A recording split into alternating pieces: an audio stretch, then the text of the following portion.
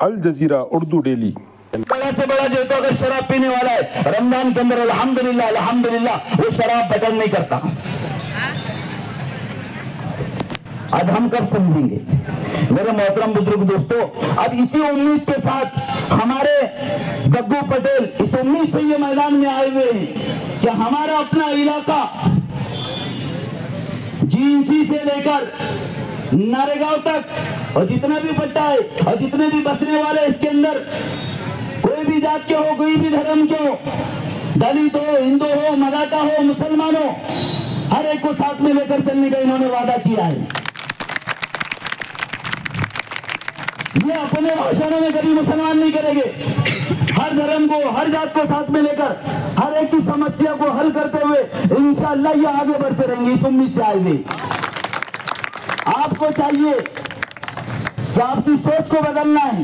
सोच बदलेगी सत्ता बदलेगी, और सोच नहीं बदली वही सोच को लेकर चले गए। मेरे मोहतरम बुजुर्ग दोस्तों आज हालात उससे भी ज्यादा बदतर होते चले जाएंगे। आज ये नारे लगा रहे कि जैसे हमने जीसीपी चलाया उत्तर प्रदेश के अंदर, हमारी अपनी सरकार आ गई तो हम जो तो जीसीपी महाराष्ट्र के अंदर चलाएंगे। ये जातिवाद करने वाले ये ऐलान कर रहे मन से, स्टेटों से ये ऐलान कर रहे कि हम मुसलमानों का आरक्षण खत्म करेंगे, हम मुसलमानों का आरक्षण खत्म करेंगे, हम महाराष्ट्र के अंदर जीसीबी चलाएंगे।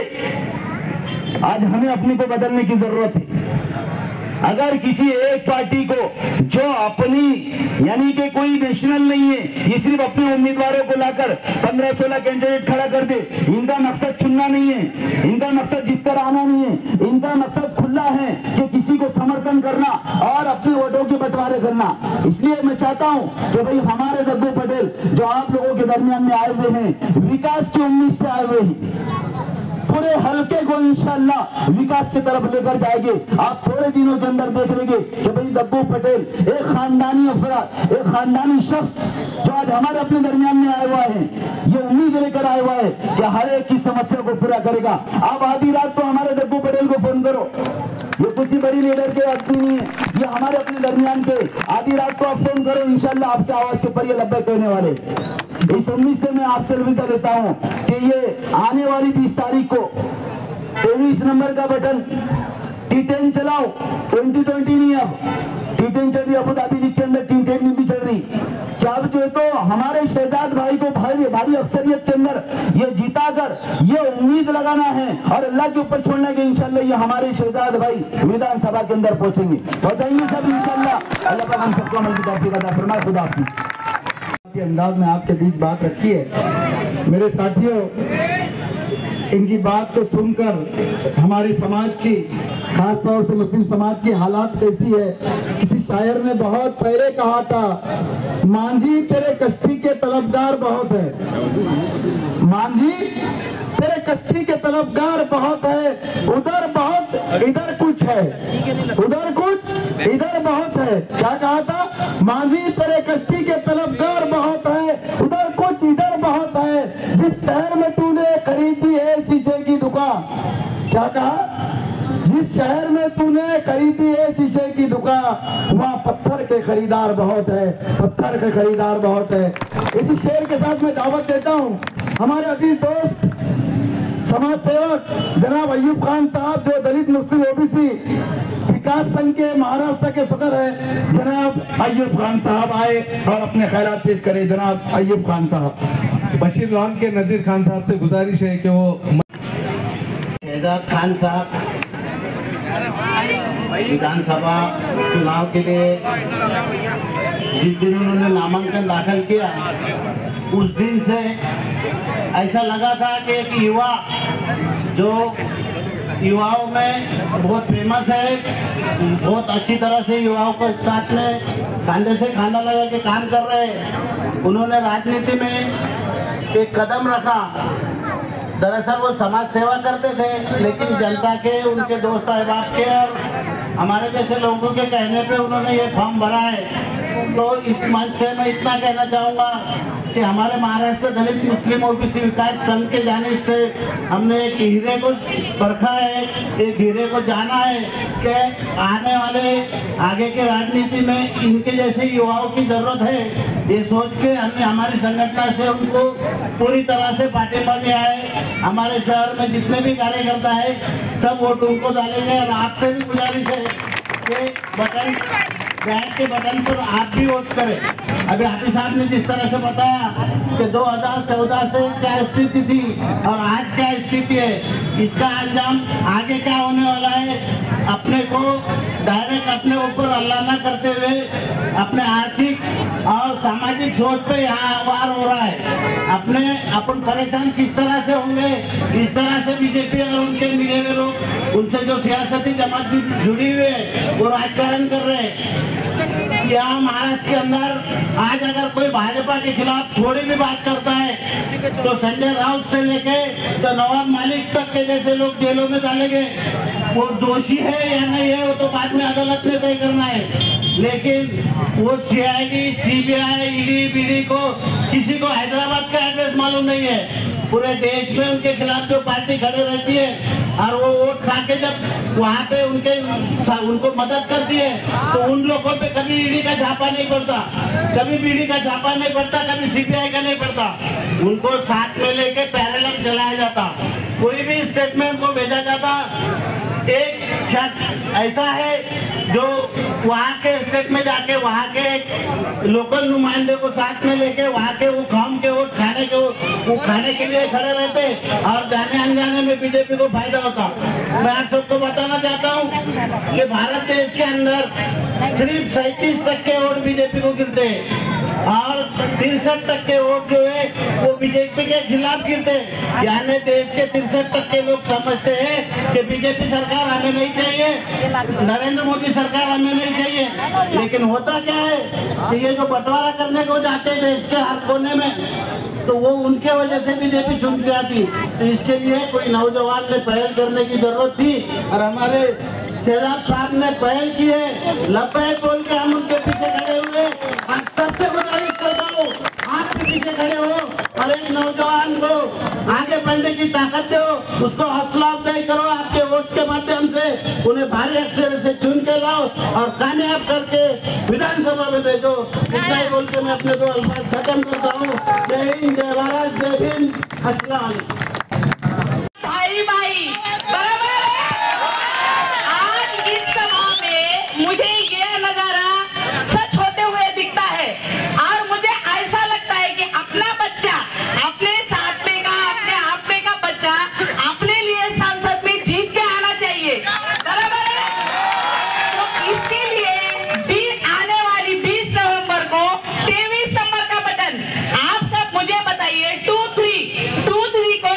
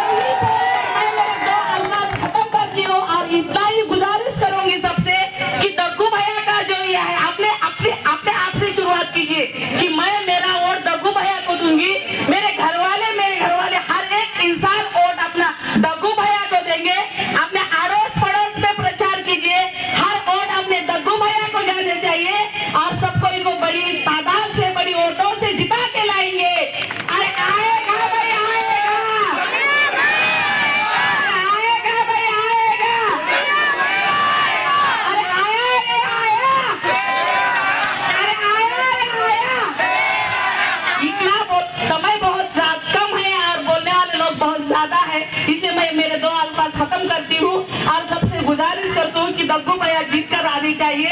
चलो, जय भीम, जय संविधान, नमस्ते।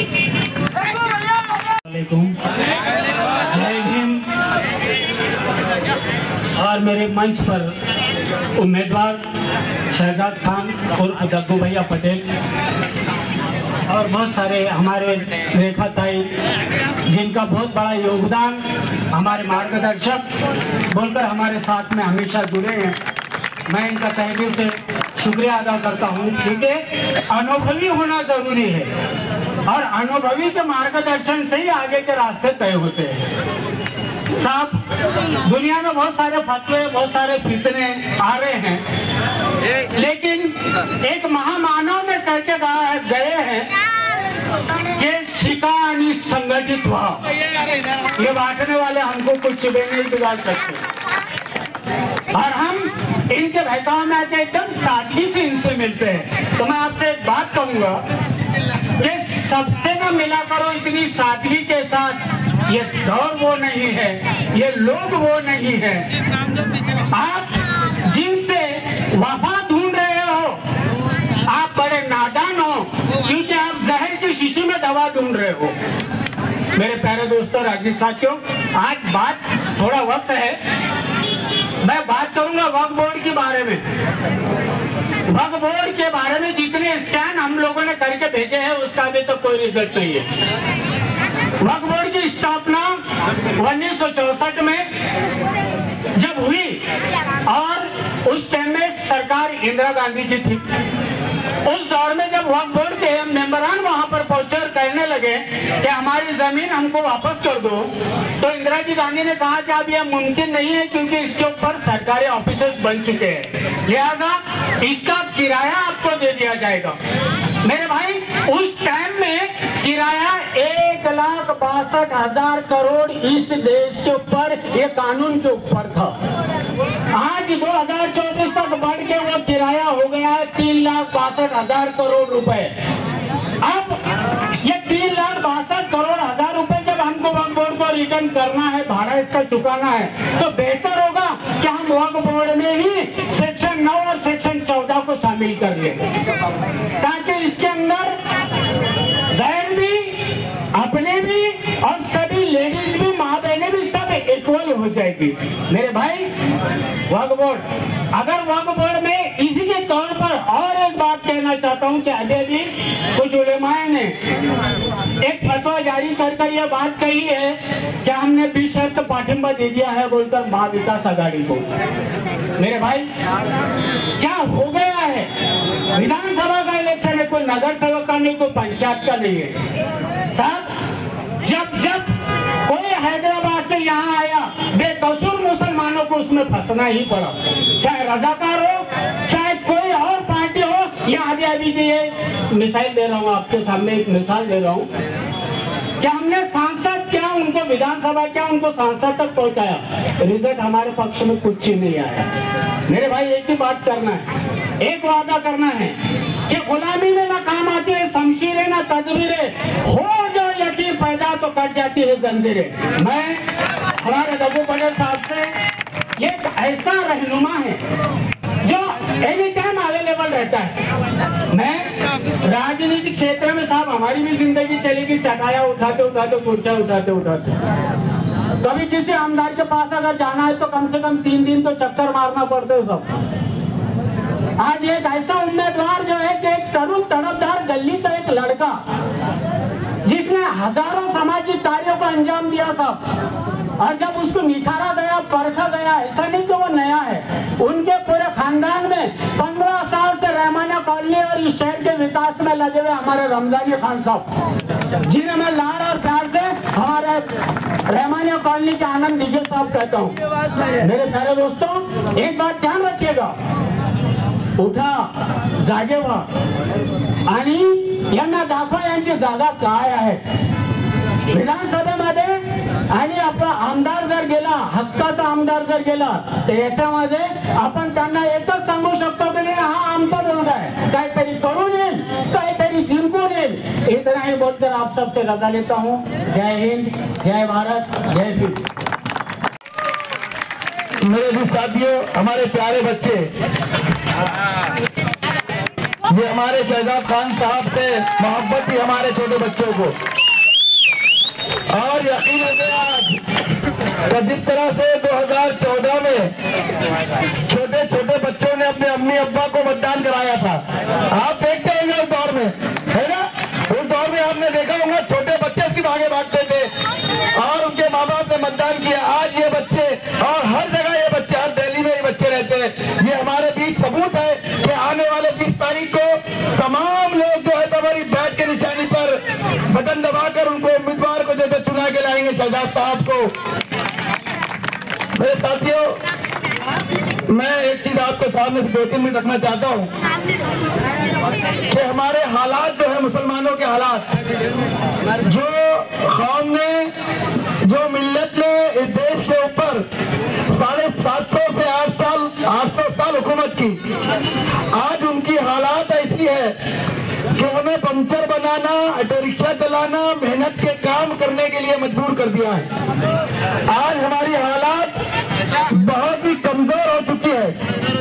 जब सर्वे हुआ,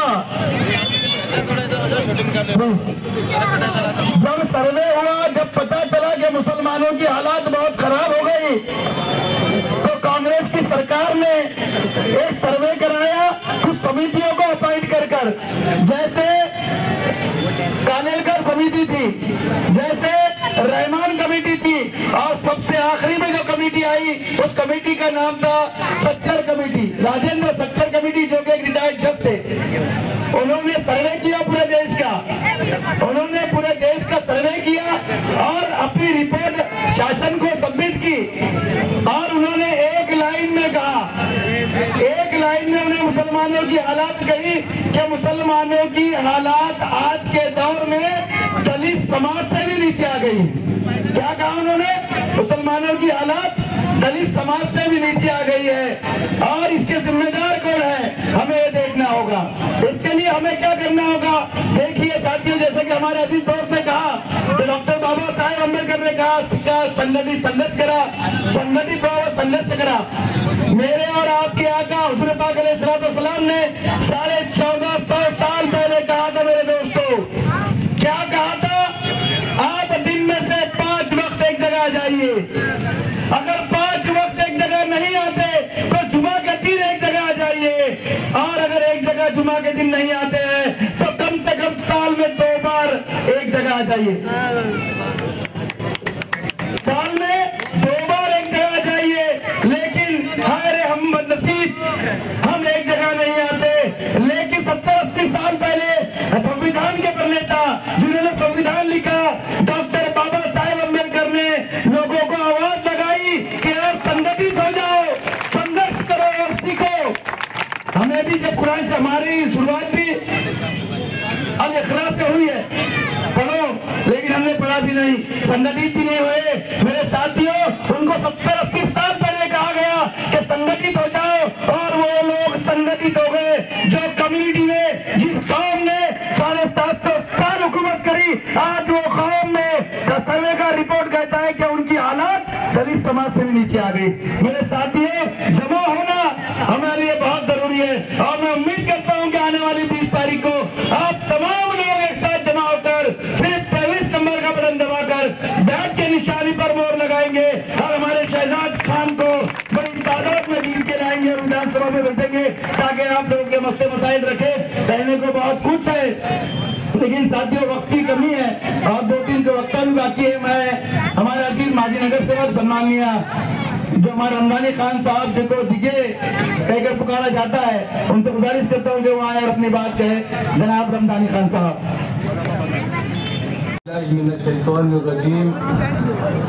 बिस्मिल्लाहिर्रहमानिर्रहीम।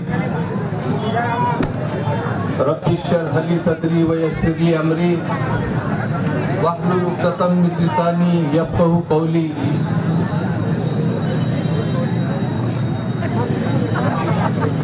मेरे सामने मौजूद तमाम मेरी माएँ और बहनें, मेरे अजीज दोस्त, हमारे रहबर और स्टेज पर जलवा अफरोज औरंगाबाद पूर्व विधानसभा असेंबली हल्के के हरदिल अजीज उम्मीदवार शहजाद खान उमर खान उर्फ दग्गू पटेल, मंच पर उपस्थित मान्यवर हाजी अनीस खान, दोनी रेखाताई, अयूब खान और उनके साथ में बैठी हुई हमारी ताई और तमाम उपस्थित मंच का मैं अभिनंदन करता हूं, धन्यवाद करता हूं। दोस्तों, आपके सामने आने वाली 20 तारीख को असेंबली इंतखाबात के लिए जो तो वोटिंग होने जा रहा है और इलेक्शन तो होते रहेंगे और हमेशा से चलते रहेंगे। 5 साल के बाद में जो तो इलेक्शन आते हैं। हमने देखा है कि हम इससे पहले गुज़िश्ता 10 सालों से यानी 2014 से इस शहर के अंदर इत्तेहादुल मुस्लिमीन के नाम से एक पार्टी ने कदम रखा और हमने वो शेरवानी को देखकर, वो टोपी को देखकर हमने जो तो उनके ऊपर पूरा भरोसा किया, पूरा एतबार जताया। हिंदुस्तान के अंदर मुसलमानों की सियासत ये आजादी से जो है तो अल्हम्दुलिल्लाह आला पैमाने पर और ऊंचे दर्जे की जो तो सियासत मुसलमानों ने इस हिंदुस्तान में की है। लेकिन 2014 के बाद में अगर हम देखेंगे तो जितनी भी बड़ी मुस्लिम लीडरशिप थी उसको दबाने का काम, वो मुस्लिम लीडरशिप को खत्म करने का काम ये मजलिस के आड़ में जो है तो भाजपा ने करने का जो तो काम किया है। दोस्तों, मैं आपके सामने जो बताने जा रहा हूं कि ये जो मजलिस इत्तेहादुल मुस्लिमीन नाम की जो पार्टी है, ये अपने आप को मुसलमानों का सरबरा, मुसलमानों का रहबर समझती है और किसी के ईमानदार और बेईमान होने का जो तो सर्टिफिकेट का इन्होंने ठेका लेके रखा है। अभी हम देखेंगे कि यहाँ पर औरंगाबाद शहर के अंदर जितनी भी जगह जो है तो भाजपा और ये एमआईएम की सभाएं हो रही है, उन सभाओं के अंदर किसी ने भी मेरे को एक भी विकास का काम गिना देना, मैं उसको शाबाशी दूंगा, उसको जो है तो मैं उसका जो तो अभिनंदन करूंगा। लेकिन जितनी भी जगह सभाएं हो रही है वो सभाओं के अंदर मुसलमान के स्टेज पे, एमआईएम के स्टेज पे जो है तो सर्टिफिकेट बांटा जा रहा है कि ये फला मुनाफिक है, ये फला जो है तो बेईमान है, ये फला जो है तो फला पार्टी से जो तो मैनेज हुए। अरे दोस्तों, ये तो सबसे बड़े गद्दार और सबसे बड़े जो तो बेईमान है जो भाजपा से मैनेज हुए हैं। तो पहले इनको हद पार करने का जो है तो दोस्तों एक मौका हमारे सामने आया है और उनको सही वक्त पे जो तो आप चौका और छक्का लगा के जो हैदराबाद से जो पार्सल यहाँ औरंगाबाद में आया था उसको बाहर भेजने का सही वक्त आया है। मैं आपका ज्यादा वक्त नहीं लेते हुए हमारा जो उम्मीदवार है ये आने वाले वक्त में जो तो इस शहर के अंदर किसी ने जो तो डेवलपमेंट की बात नहीं की, लेकिन हमारा जो उम्मीदवार है ये शहरी विभाग के अंदर पूरे हिंदुस्तान में जो तो घरकुल की योजना चल रही है, लोगों के जो तो पतों के जो मकान है, तीनों के जो घर है उसको आरसीसी बनाया जा रहा है। लेकिन वो स्कीम बदनसीबी है हमारे शहर की कि हमारे औरंगाबाद शहर के अंदर वो आज तक चालू नहीं हुई। जो घरकुल की योजना हमारा शहजाद खान जो तो असेंबली में जाते ही जो तो उसके लिए आवाज उठाएगा। दोस्तों हम देखते हैं कि हमारे शहर के अंदर आज 15 दिन के बाद पानी आता है, कई जगह तो 10 दिन के बाद पानी आता है। और हमारे से जो तो नल पट्टी जो वसूली जाती है वो पूरे साल भर की वसूली जाती है। रोज पानी देने की जो तो हमारे जो तो वसूली जाती है। बम्बई शहर के अंदर जो है तो दोस्तों 1800 रुपए, जबकि वो मेट्रो शहर है, 1800 रुपए पानी पट्टी है। और हमारे औरंगाबाद शहर में जो है तो 4500 रुपए पानी पट्टी है, जबकि बम्बई में जो है तो 24 घंटे पानी मुहैया किया जाता है। और हमारे शहर के अंदर 15 दिन में एक बार, बोले तो महीने में 2 बार, और साल में अगर ये करेंगे तो अपनों को 60 बार पानी मिलता है। उसकी जो तो पूरी साल भर की पट्टी वसूली जाती है। तो वो उसको लगाम लगाने का काम, वो पट्टी को कम करने का, नल पट्टी को कम करने का काम हमारा उम्मीदवार दग्गू पटेल करेंगे इंशाल्लाह। वो असेंबली में जो है तो आपकी आवाज बनकर उठेगा। साथ ही साथ एजुकेशन के ऊपर हम बात करेंगे तो औरंगाबाद के अंदर अलीगढ़ मुस्लिम यूनिवर्सिटी का जो है तो सुलीभंजन के अंदर बड़ा सेंटर बनने जा रहा था। जो सेंटर का काम ये जातिवादी ताकतें आने के बिना पर जो है तो रुक गया है। वो सेंटर अगर चालू होगा तो हमारे बच्चों को आला तालीम हासिल करने के लिए औरंगाबाद छोड़कर बाहर जाने की जरूरत नहीं पड़ेगी। तो वो अलीगढ़ मुस्लिम यूनिवर्सिटी का सेंटर औरंगाबाद के अंदर कायम हो, इसके लिए एक बुलंद आवाज बन के शहजाद खान आपकी नुमाइंदगी विधानसभा के अंदर करेंगे, मैं उससे उम्मीद करता हूँ। साथ ही साथ दोस्तों हम देखें कि घाटी अस्पताल जो हमारे शहर में है वो मध्य मतदार संघ के अंदर आता है। पूर्व मतदार संघ के अंदर कोई ऐसा बड़ा दवाखाना नहीं जहाँ पर हमारे लोगों को इलाज के लिए सहूलत फराम हो। वो ऐसा हॉस्पिटल का कयाम अपने मतदार संघ के अंदर यानी पूर्व मतदार संघ के अंदर जो है तो हमारे उम्मीदवार शहजाद खान करेंगे। और आपके लिए जो तो बुलंद तोप बनकर जो है तो वो विधानसभा के अंदर गरजेंगे, ऐसी मैं उनसे उम्मीद करता हूँ। और दोस्तों सबसे बड़ा आज जो मसला है और खुसूसन दलित मुस्लिम समाज के अंदर वो है बेरोजगारी का। हमारे पास चिकलठाना MIDC है, चंद्रा MIDC है और बालूच की MIDC है। ये MIDC के अंदर बड़े बड़े उद्योग लाने का काम दोस्तों ये आमदार का होता है। लेकिन हमारे यहाँ के शहर के जिसके हमने मौका दिया था उन्हें अपना घर भरने के सिवा और नफरत की आग फैलाने के सिवा दूसरा कोई काम नहीं किया है। वो नफरत को मिटाने का काम और वो बेरोजगार नौजवानों को जो है तो रोजगार देने का काम हमारा उम्मीदवार शहजाद खान उर्फ दग्गू पटेल करेगा। ऐसी मैं आप सबसे गवाही देता हूँ और आप सबसे गुजारिश करता हूँ, अपील करता हूँ, विनंती करता हूँ कि आने वाले 20 तारीख को 23 नंबर का बटन यानी दूसरे मशीन पे 2 मशीनें होगी तो दूसरे मशीन पे 7वें नंबर पे शहजाद खान की निशानी बैट है। बैट के जरिए से दो तो छक्के और चौके के जरिए वोटों की बारिश करवाकर भारी अक्सरियत से आप उसको कामयाब करेंगे ऐसी उम्मीद करता हूँ और अपनी रजा लेता हूँ। जय हिंद, जय भारत, जय भीम।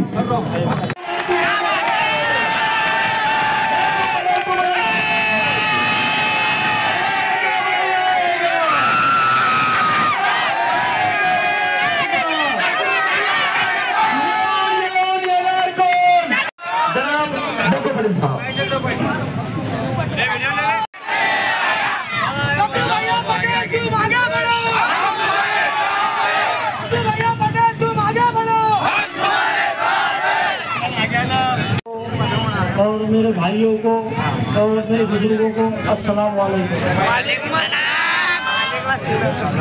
मेरे भाइयों, मैं दग्गू पटेल आपके बीच पूर्व विधानसभा से आमदार का इलेक्शन लड़ने जा रहा हूँ।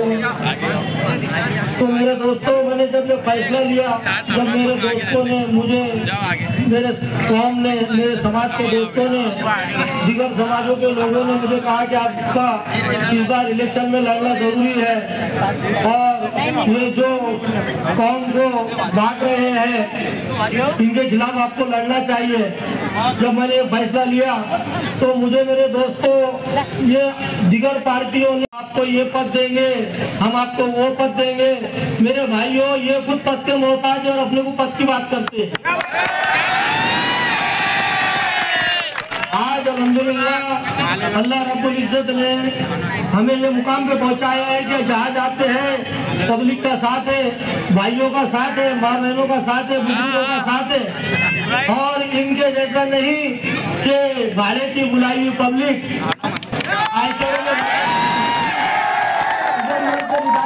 पब्लिक। मेरे भाइयों जहाँ जाते हैं अल्हम्दुलिल्लाह वही का मतदार संघ जमा करते हैं और वही के मतदार संघ के बीच वहाँ की बात रखते हैं। ये एक परेड में 2019 में भाई भाई बने थे। क्या बने थे मेरे दोस्तों? ये दोनों के बड़े अच्छे साथ चले। इसके बाद ये दोनों भाइयों में मशवरा हुआ जब अपने घर बनाते। इन्होंने एक घर बनाया तो इम्तियाज जलील ने बोला पहला सिलाब नीचे का मैं लूंगा। पहला सिलाब मैं लूंगा, दूसरा तुमको दूंगा। तो इसके बाद इम्तियाज जलील साहब का घर बन गया, सिलाब करूंगा। तो इम्तियाज जलील साहब ने जो जीना था वही निकाल लिए। जलील समाज के भीड़ में खुला खुला छोरा खोपे। सही बोले भैया। क्या करे? और मैं जो है तो मेरे भाइयों, मुस्लिम, हिंदू, सिख, ईसाई, हर किसी समाज, धनगर समाज, नीति समाज का, हर किसी समाज का नेता बनूंगा। नहीं नेता बनूंगा। मेरे दोस्तों, जो नेता की कुर्सी रहती है उसके नीचे तमाम जो वोटर से 3 लाख कुछ वोटर से अपने इधर, तो ये इनकी चेयर है, इनके ऊपर ये चेयर रहती है। इनके मतदान जो इंसान जीत कर आता है उसके बाद वे अपनी घर की राजनीति नहीं चला रहे, अपने को पूरे समाज का विकास कर रहे हैं।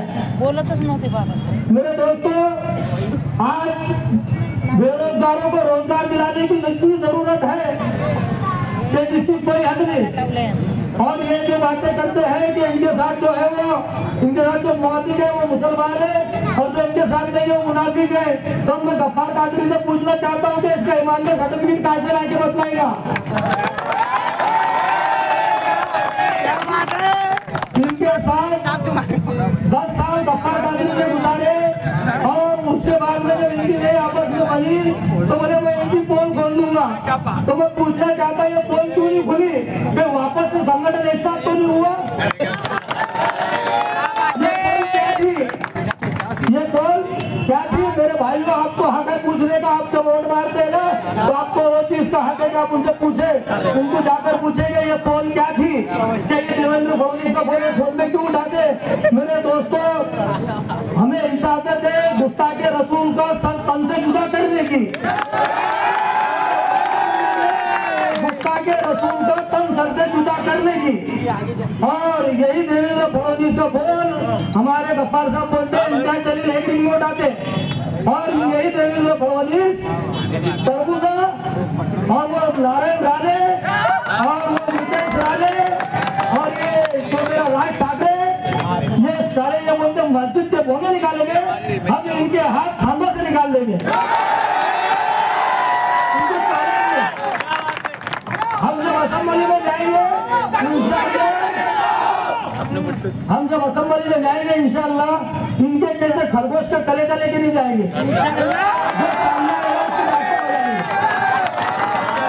अपने में निशानी बात इसके वास्ते ले लेंगे, कोई अवसर आएगा बजा लेगा।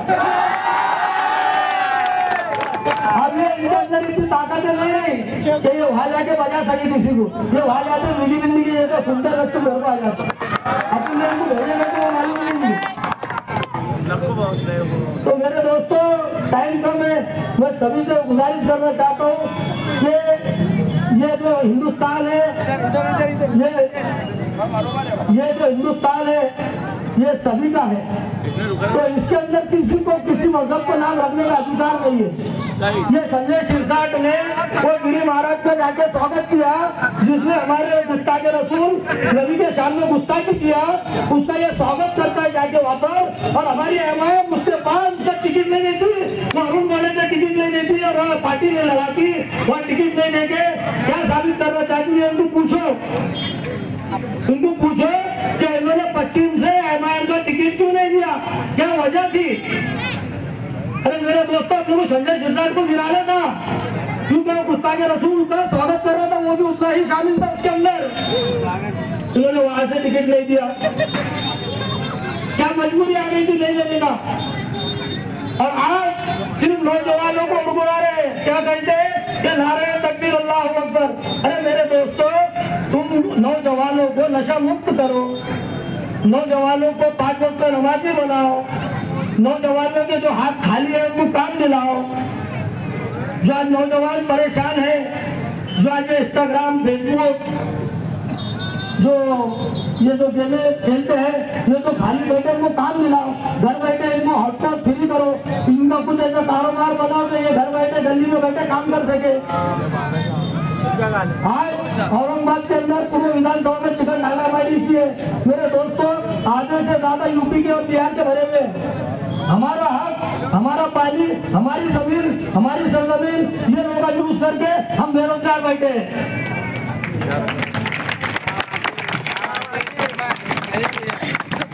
टाइम मेरे दोस्तों खत्म होने पर है। मैं सभी से ये इंतजार करता हूँ कि तुम्हारा नौजवान भाई बेटा आपके सामने खड़ा है और 20 तारीख को आप बैंक निशानी पर वोट लगाकर मुझे भारी अक्सरियत से कामयाब करें। और सभी से दुआ की हस्बन गुजारिश करता हूँ कि मेरे लिए दुआ करें। अल्लाह हाफ़िज़।